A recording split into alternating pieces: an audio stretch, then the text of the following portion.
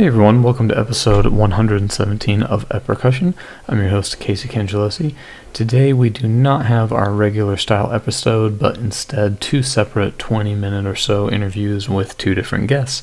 First up is Patience Munjeri, and second, Rob Sanderl. We recorded these conversations separately on October 13th and October 21st. Remember, you can always navigate to specific topics via the timestamps in our episode's descriptions. First up is Patience Munjeri. She is one of Zimbabwe's rare female Mbira players. She grew up in a family immersed in Mbira music and deep Shona culture. She is a high school history teacher in Zimbabwe, but often tours the US and Canada teaching and performing Shona music and dance.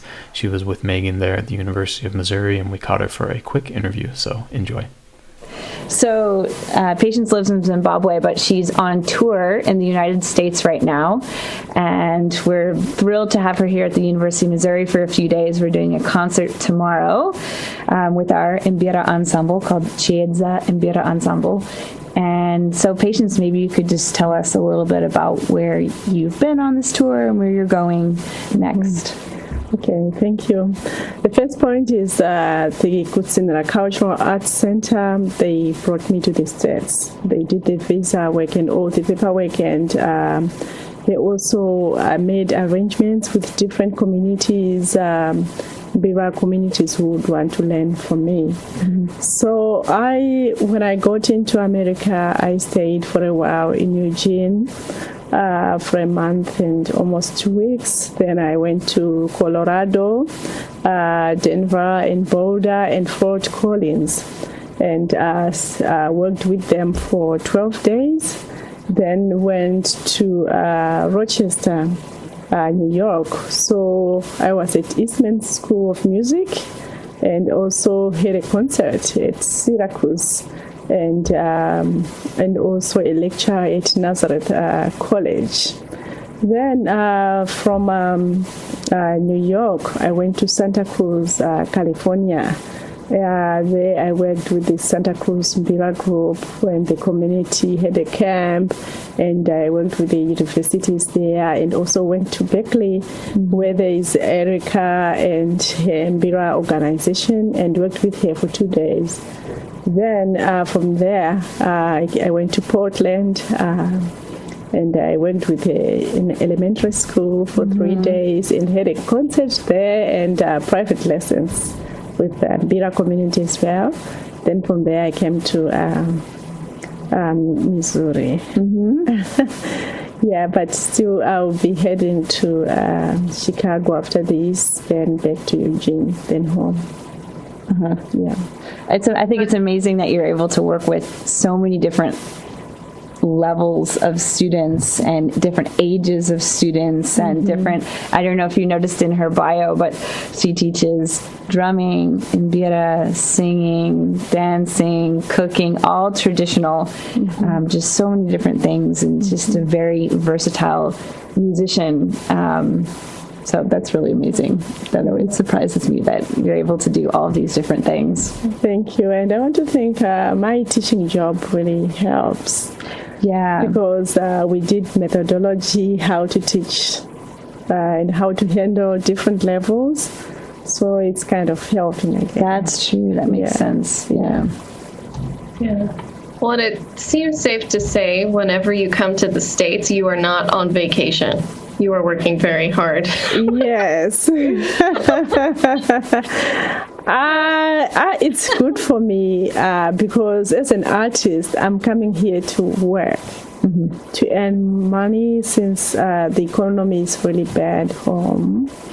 And the family is really expecting to be fed. But what I'm going to earn, when I talk of family, I talk of the extended family. So many people need to be fed. So really, it's no vacation. Yeah, so your visit really is helping. Yes. Yeah, helping your family back home. Yeah, besides helping the family, and also I have a Mbira partner that I recorded with. He's not part of my family.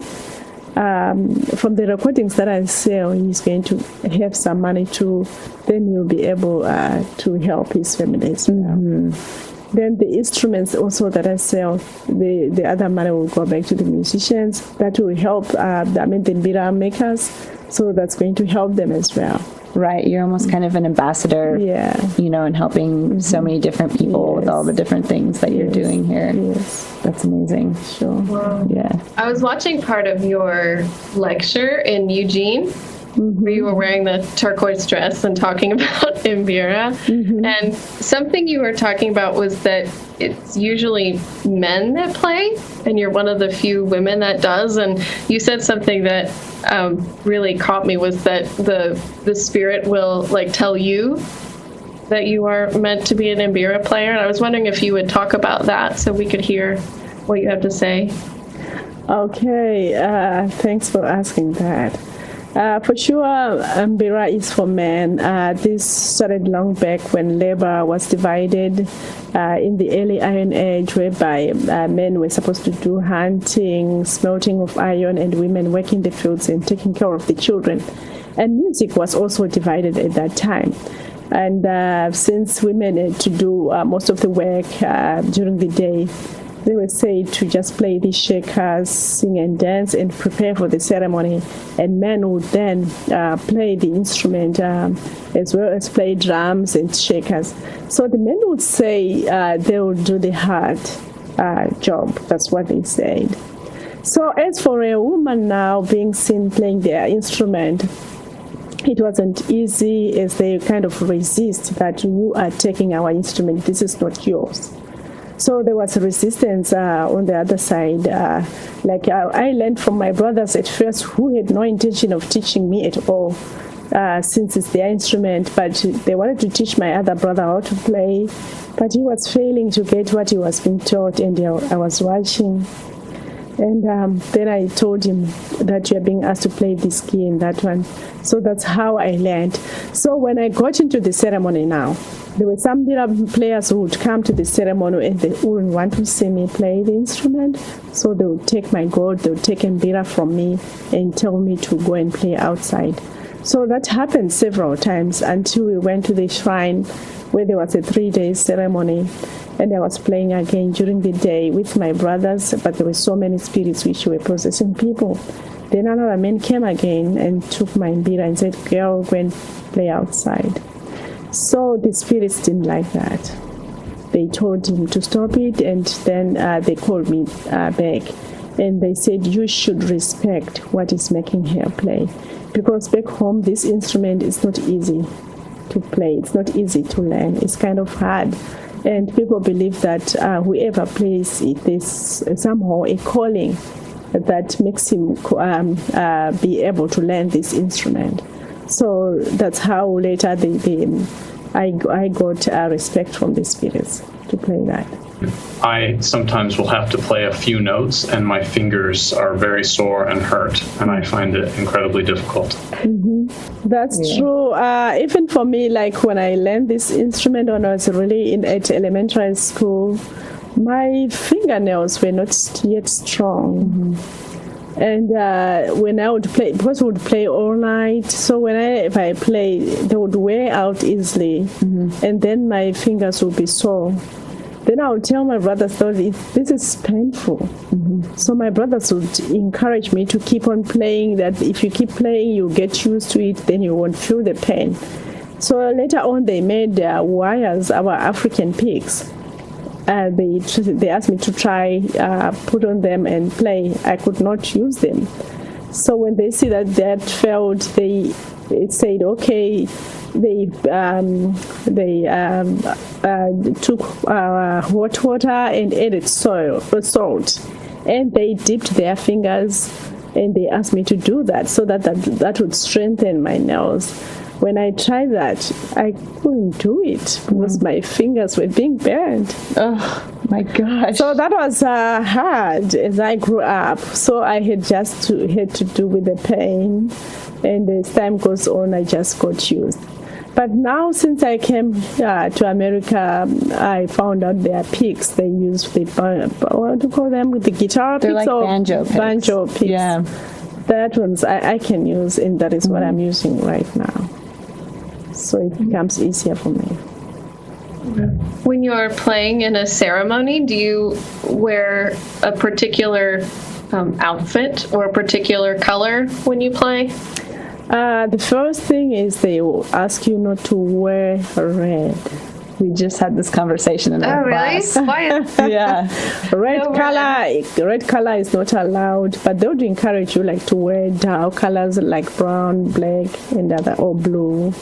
Those are the other colors that would encourage you. But any other color besides red it's accepted.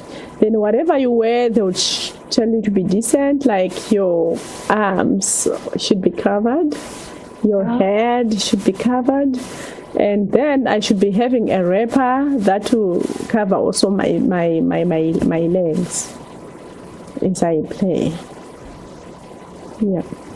That's a good I heard question. you say in the lecture in Eugene that there was a certain material design related to Mbira. Is that right? Yes, that's true. That one is a material for the Mbira spirits that actually give you the talent to play. So as time goes on, when you play Mbira, those spirits have to buy a piece. So you need to buy that material, and they offer your Mbira as well as that material to the spirits. The Mbira spirits, they don't possess, but they just work with you, and they give you talent. And also they give dreams of songs that you have never played, and then when you wake up, you'll be able to play them. So as for a woman, then you have to like put on a headscarf made of that material. For men, some men would actually sew shirts that they put on of that material in respect of the Mbira spirit. Could you talk a little bit about the difference between playing in a Mbira ceremony and playing, with the spirits versus playing for entertainment? Right. There are songs, what we call traditional songs, that you have to play if you are playing in a ceremony. Then we have songs which we would call modern songs for entertainment, like Chemtengure. That one you cannot play for the spirits to come. Okay. No. You can just play it for entertainment outside the ceremony, or you can play after you are done with the spirits. You are just playing music for entertainment in the ceremony. Okay. Like after you are done, we have talked to the spirits. We are done with them. We are just enjoying music. You can play that. You can play that, and they can also dance, but not playing to ask for the spirit. So the difference now is of the songs that you play. I see. Yes. And I guess some of the advancements you had talked about, like with the different sizes of Mbiras and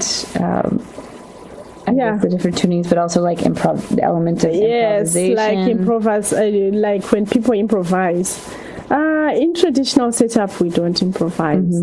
That's the role of the Mbira spirits, to teach us. I see. So we are playing what you are being taught by the Mbira spirits. Because you can be taught a song by someone and you play it. But as you are playing it every day, each time you play, you hear a variation that you've never played before.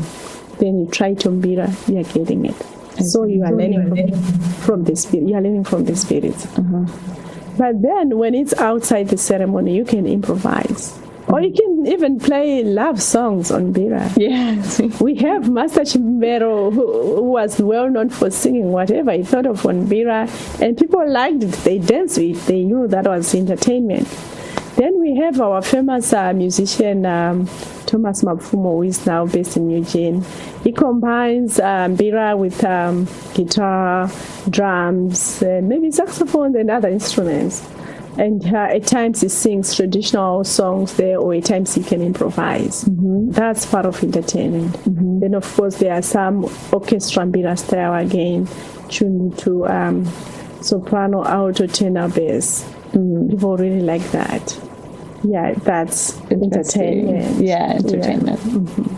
That makes sense. Yeah. I think that clears up some things for me too. Sometimes when we're talking about, as a non-Shona person learning this instrument, and realizing and understanding how it's used in the culture and using to communicate with the spirits, and knowing that we are using a different form of it, that we are playing for entertainment, and we are learning about the culture and learning about the traditional ceremonies, but that when we are playing, it's different. It's so different. And that's why I think it's so special to have you here to talk about, the actual experience of. Sure. Yeah, I've heard that question from many people, many Americans, that, this is your music for the ancestors. What do ancestors say when they see us play? Then I say to them, this is entertainment. You're not playing to call ancestors. So it's fine. There was a quote, maybe it was Musakiwa said something about something, when the Mbira leaves the Mbira hut, it's no longer actually an Mbira or something. I don't know if there's a phrase or something. I don't know what he meant though.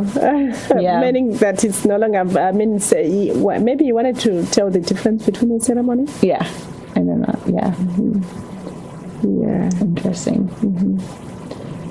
Yeah, we just have nothing like that. I mean, you said the Mbira is over 1,000 years old. It's over 1,000 years. It started right the time of early Iron Age, when people started smelting iron, when people started blacksmithing. That's when this instrument was made. Wow. Yeah. And it's not only found in Zimbabwe. There are other African countries too who have this instrument. Like in Botswana, they call it sekaba. In Mozambique, they have a smaller one, which is 15 keys. In Tanzania, they have it. In South Africa, they have it. But though maybe the context now they use could be different from what we do. But the instrument is kind of common in Africa. Yeah. And the first ones made were really rough. Unlike this one, they're now smooth, and Mbira makers try as much as possible to impress the white people. But long back, it wasn't like that. They were big and rough and rusty. Yeah. Even the time that I played Mbira, it's like my brothers would not think of looking for a Mbira that will match my hands. They just gave me a big Mbira. It was kind of hard stretching my thumbs to the last key. But as time went on, they bought a smaller Mbira for me. Yeah. That's nice. I read on Mbira.org on your bio that your mother was really supportive of you taking up the Mbira, and you watched your brother Christopher play. And your mother, being a traditional healer, she would let you and Christopher play for the patients. And I just thought that was a really beautiful story. Why is it what was it about your mother that had this unusual support of your Mbira playing? My mother, being a traditional healer, whenever she practices her healing sessions, there is need for Mbira music. So that's why she supported me. I see. And also, being her daughter again, the mother always supports. But also, it was good for her. Then her healing sessions would go well, because music it plays an important role. Like for when it's healing time, we have songs that are meant for healing, and we have to play those songs. So those songs kind of calls her or invokes her spirits to come and then work with someone who is not well. Or even in a ceremony, those songs kind of help, because like if she's calling a new spirit, then you have to play a song that is familiar to that spirit. And then as she is calling that spirit, she'll tell that spirit that listen to this music. Don't you feel pity for this little girl who's playing for you? So whenever she would say that, then the spirit would come. Yeah. So the music has connection so much with her work. Yeah. That's why she was supportive. Wow. Yeah.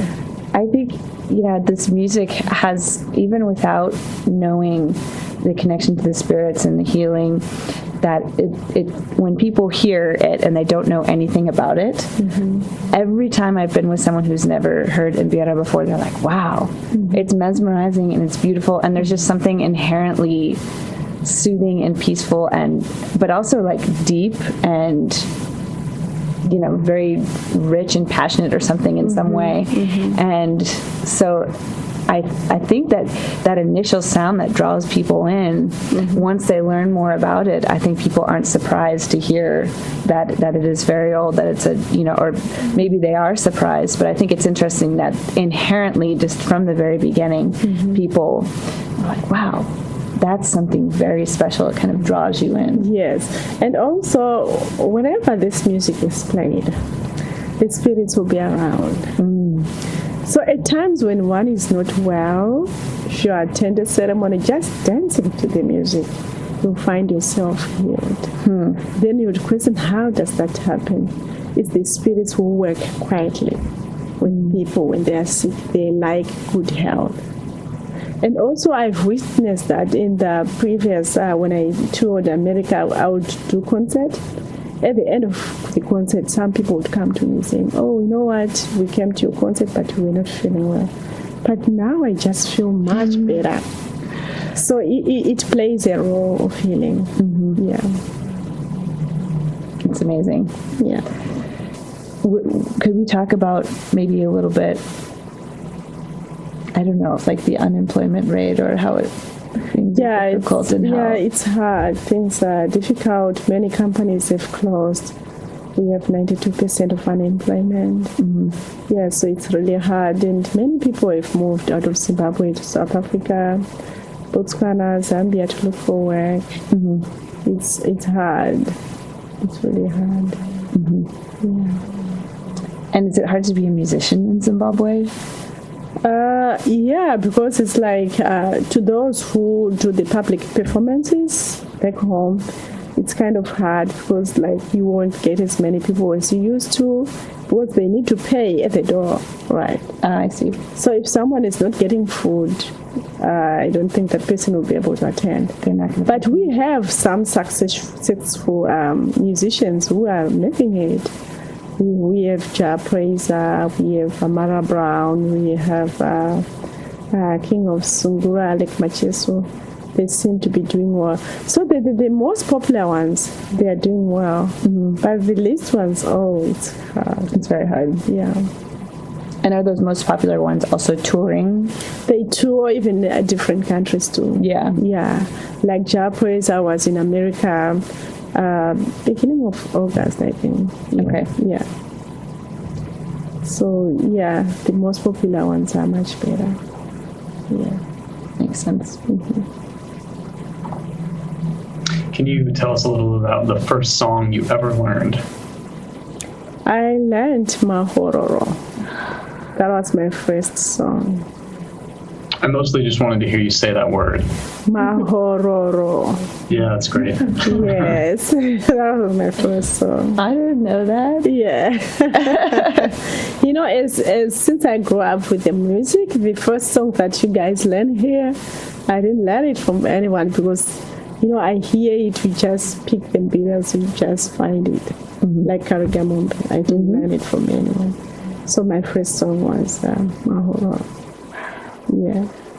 We're playing that tomorrow. That's amazing. I didn't know that.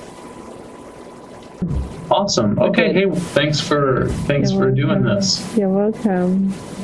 Yeah, thanks so much. We know you are very busy working very hard. Thank you.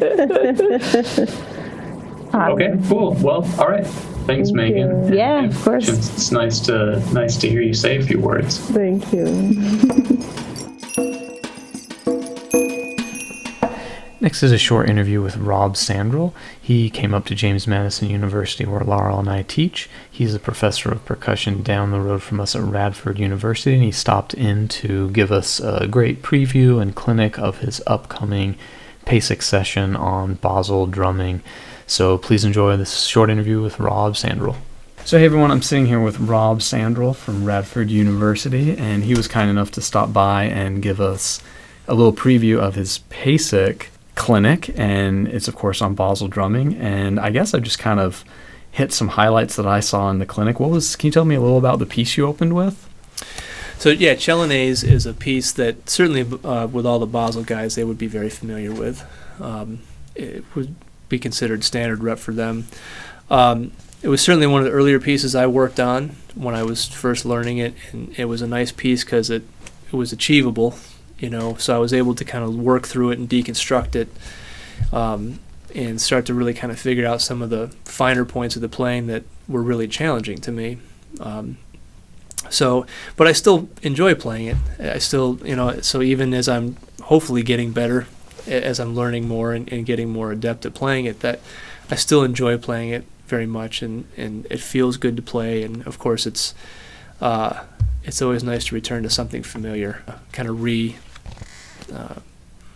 get my brain back wrapped around the style and get myself reacquainted with it if I've been away with it for a little while or been away from it for a while. Yeah, sure. Was it did you say it was one of the earlier pieces you had studied? And I guess continuing on with that, is there kind of a beginner, intermediate, and advanced rep for Basel drumming? They do. Yeah, they have books and stuff that certainly can talk about things like that.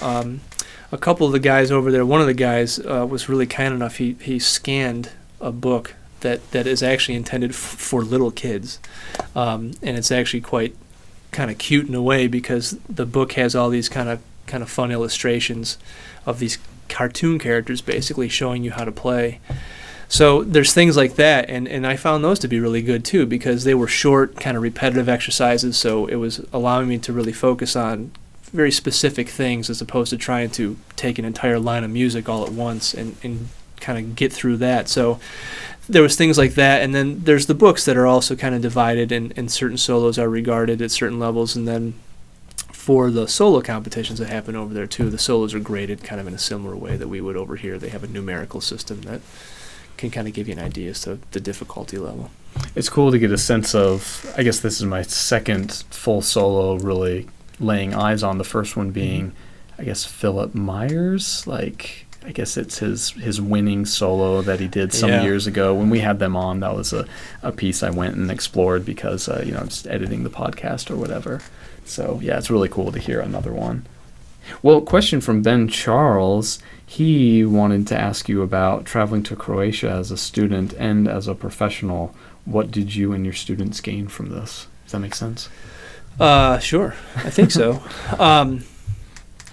As a student at the time when I got to go the first time, it was of course just fun to work with other students and to see what they were learning, both literature as well as just how they approached music. It was very different, and so that was really fun as a student, is being able to engage with them as a student. It was interesting to go back a couple years later as then being the teacher of the group. The dynamic was a little bit different.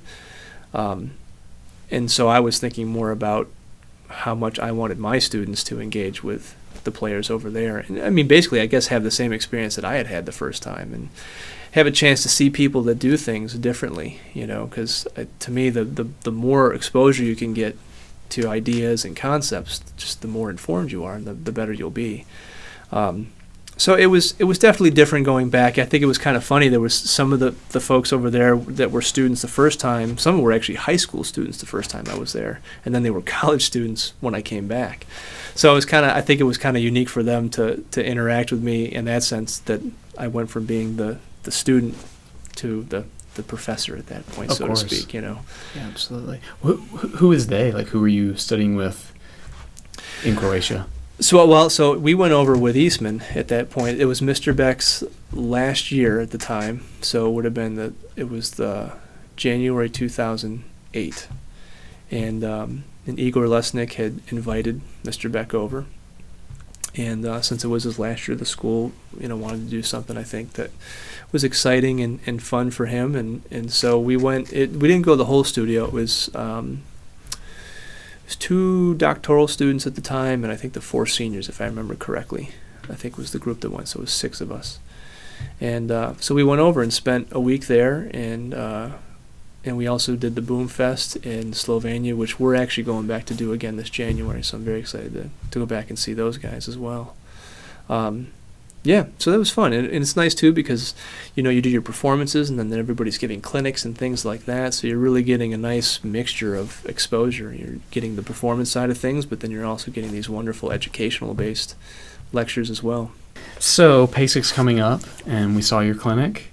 And what else are you looking forward to with PASIC? Well, my favorite thing is really always checking out the performance, especially the ensemble stuff. I have a real passion and love for that, and I love working with my own ensemble, and I'm sure the students sometimes probably think I rehearse a little bit too much, but I just dig it. So I love seeing all the ensemble stuff, and of course from the guys that are doing the solo stuff, it's great to go and be inspired as well, to see people that are just doing remarkable things on our instruments, and to come back with that renewed sense to try to better yourself, you know. So maybe a generic answer in some respects, but it really is truly what I look forward to the most. I would agree with that myself, and I've found oftentimes PASIC gets busy, as we all know, and yeah, it's amazing how many performances you can miss if you just do some of the things you're asked to do and meet some of the people you're asked to meet, and yeah, it can be. Yeah, I kind of miss being a student, and you just had all the free time in the world, and you could just go to, all you did was go to performances and clinics. I totally agree. I miss that. You do become a bit nostalgic for that option or that opportunity when, you were just there to hang and just take it all in. And you're right, you know, now it's like you have to go to meetings and do certain things like that, which is certainly important to make sure that the organization stays healthy and everything else. But yeah. There's a beauty to just being a student and just going and doing it. Megan Arns asks, your bio reads that you have some upcoming compositions through Honey Rock, and maybe that's out of date. Maybe that's that was actually out of date. Is that out of date? Okay. Should probably. I do have a new thing coming out through Tap Space. Yeah. Great. That'd be. She said if that is out of date, actually, she prepared for that. That's how thorough we are on the podcast. That's impressive. Oh, it's amazing. Yeah. So yeah, what's the new thing then? So I came back from Basel the first time, and so I love rudimental drumming. It was what I grew up with, again, being a drum corps kid and a drum set kid. You know, I didn't even play mallets with any real seriousness until college. So I've always kind of like lived in both of these worlds, and I just was so inspired by what I saw over in Basel. I thought, I wonder if there's a way I could try to compose a piece that was able to combine those elements in a way that didn't sound like they were forced upon one another. And so that was really what I was trying to get. So it's the name of the piece called Schnabel, and that was the restaurant that we kind of used as a location to kind of always meet up at in the city. So if you found yourself lost or unsure of where you were, you would kind of go back there and reorient yourself, and then continue on your journey. So, but that's the newest one that I wrote, and it's for marching snare or rope drum, or it could be a marching snare. It really doesn't matter.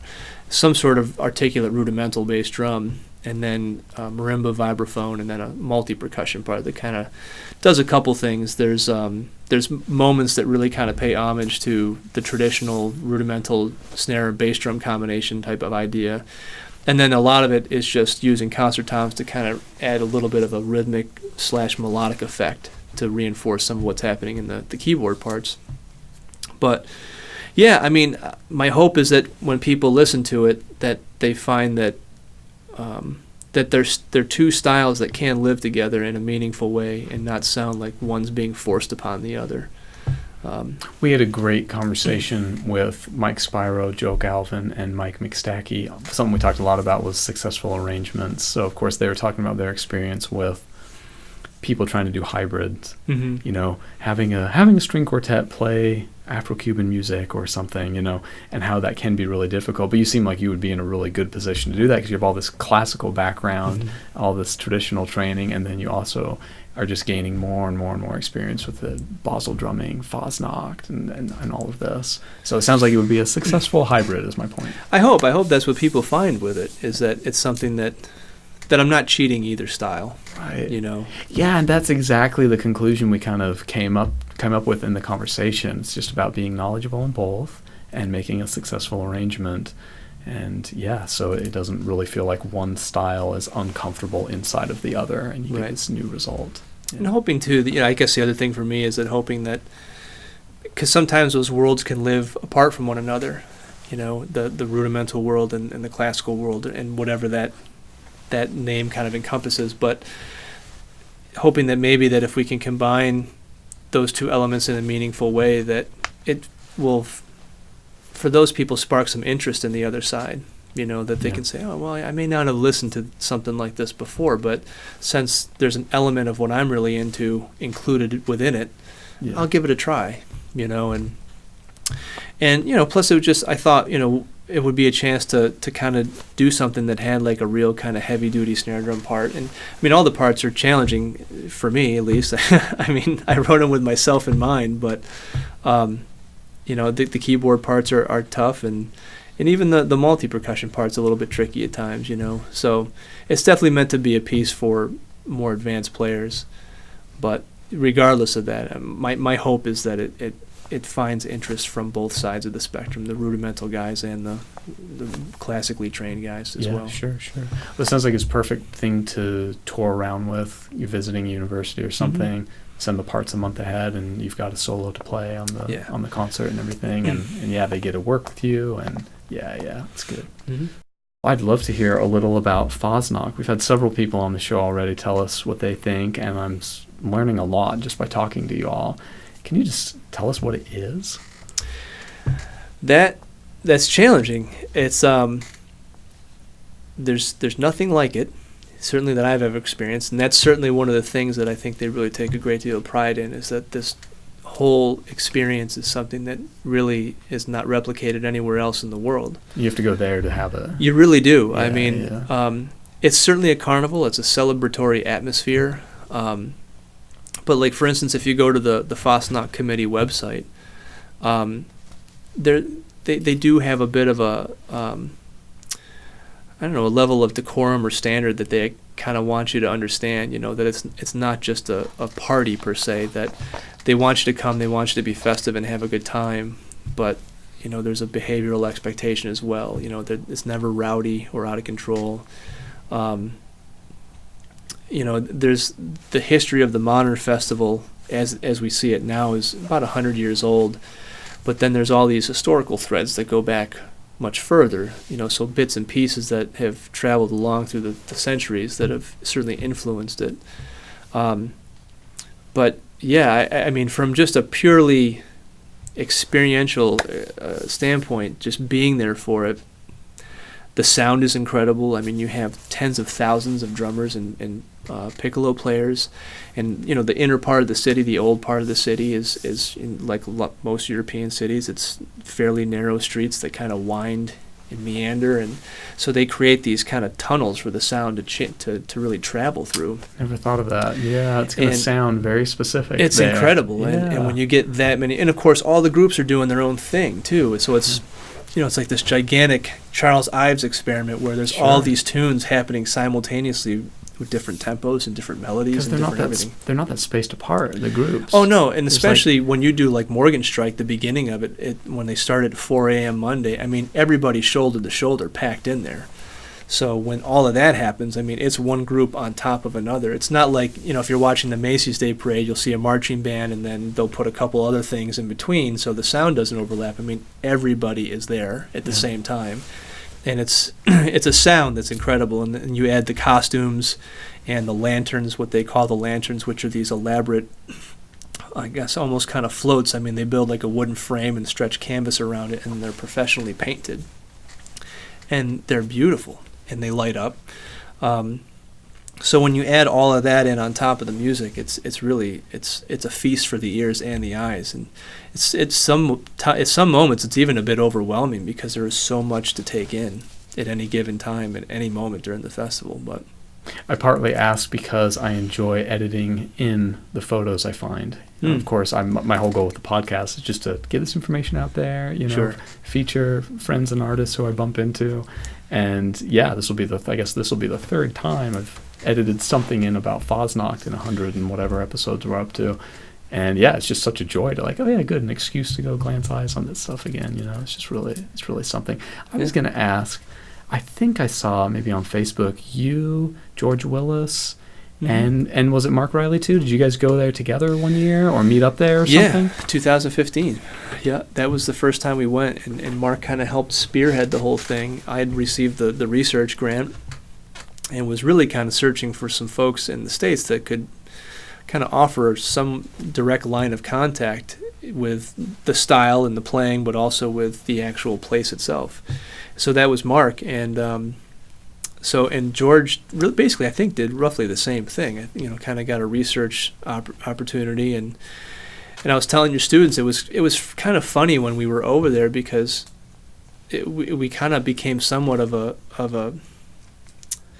kind of like an attraction almost, because people thought the folks from Basel that have been doing this part of their lives, and they thought it was really they were kind of floored at the fact that there was these like Americans that had gotten money from their universities. They were that interested to come over and research what they were doing. And they were just blown away by that. So we kind of became almost a curiosity, and people would see us, and I'm pretty easy to pick out of a crowd anyway, so that makes it easy. Sure. But people would just come up and say, "You're the American teacher," or "You're the American university guy." Yeah.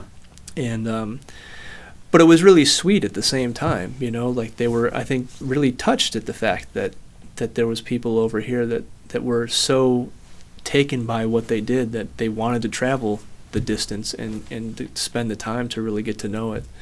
And they take it really seriously too. So I think if you're someone that really does want to go there and get involved, you do have to really commit to a lot of the aspects of it that are so important to them, the cultural, the historical, and then certainly the playing. Like you definitely don't want to go over there and just hack your way through it. You want to take the time to really learn it, because it's very important to them, as it should be. They dedicate so much time and energy and effort into it. It should be important to them. So, kind of a silly question, how did you decide what your mask and garb would look like? Because you're not over there, you're not well, in a clique yet. Like, what right. did you? How did you and George decide that type of thing? So we were fortunate. So we met a guy, Christian, who is from Switzerland but resides in the D.C. area, but goes back every year. He's a piccolo player, and he had a friend of his. So what's amazing is, of course, the people that do this festival year after year, you start to build like an inventory of costumes and masks, because if you're in a clique, every year you're doing a new theme, so to speak, and that theme is going to have garb and a mask that will help to reinforce what it is you're trying to discuss in your theme.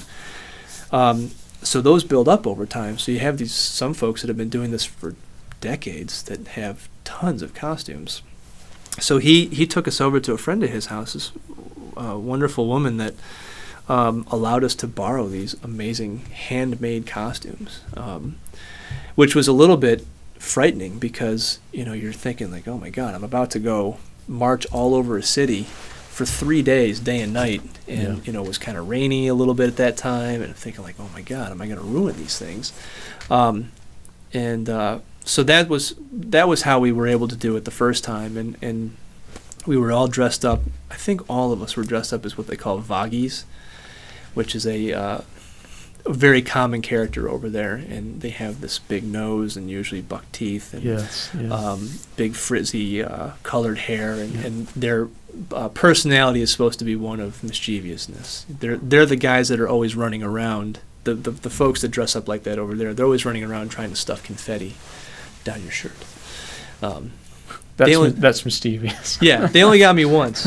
I kind of blocked him at the last second, so he didn't like full on get me. But I do remember going back to the hotel that night and changing out of my festival garb, and there was confetti falling out onto the floor. So he must have got me well enough to cause that to happen. But that's how we got the first one, and then the last time we went over, we kind of constructed our own court jester style costumes.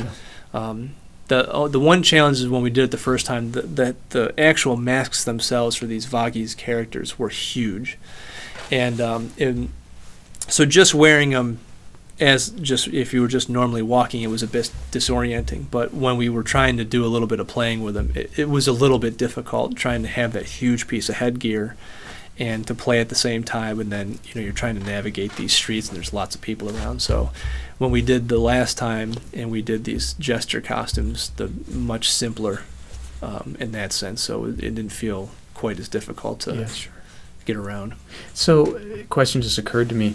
Did you find you got an equal amount of time to just sit and spectate, or were you busy playing so much? Because I would be torn. Okay, like I want to participate, I want to be playing certainly because I want to be learning something, but there's so much to look at during that. Did you find you get time to play and observe? Yeah, as much as possible.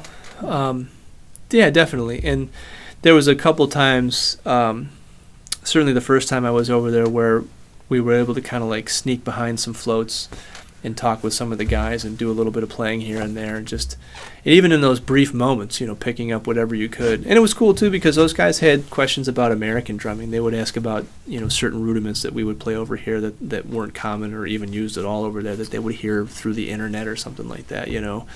But yeah, it is. I mean, my hope is that if I can continue to go back, hopefully like every other year or something like that, I'd like to continue to play more. Yeah. The biggest challenge is of course trying to memorize all that stuff. So if you're in the middle of doing your day job, trying to get recital literature together, and you're playing outside jobs, and then at the same time you're trying to memorize all this drum music. And I think the irony for me is that I thought I would be a little bit better at memorizing, or that I would have a little bit of an easier time memorizing some of it, because having marched drum corps and being used to that memorization component.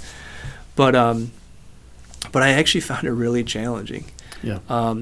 And part of it is the way that the solos are structured, in the sense that a lot of the stuff that they play are these kind of 2-measure ideas, and what they will do is they will kind of, you'll have the 2-measure idea that will show up in one part of a line, but then they'll take that same idea and it'll be in another line of music, but it'll show up maybe at the beginning as opposed to the end. So your form gets all... It's really easy to forget where you are and to play the wrong lick at the wrong time on the wrong line. So it was really challenging. I just found myself like trying to come up with different ways outside of just sheer repetition to try to get it to stick. Like I got to be smarter about this, because I think if I'm just going to sit here and just loop this a million times and it's not sticking doing that. So I started trying to do some different things to help me remember. The fife or the piccolo tunes are a little bit easier to remember, because of course you can hear the melody in your head, and the snare drum parts are obviously, they reinforce the melodic content, so they're a little bit easier to, I think, commit to memory for that reason.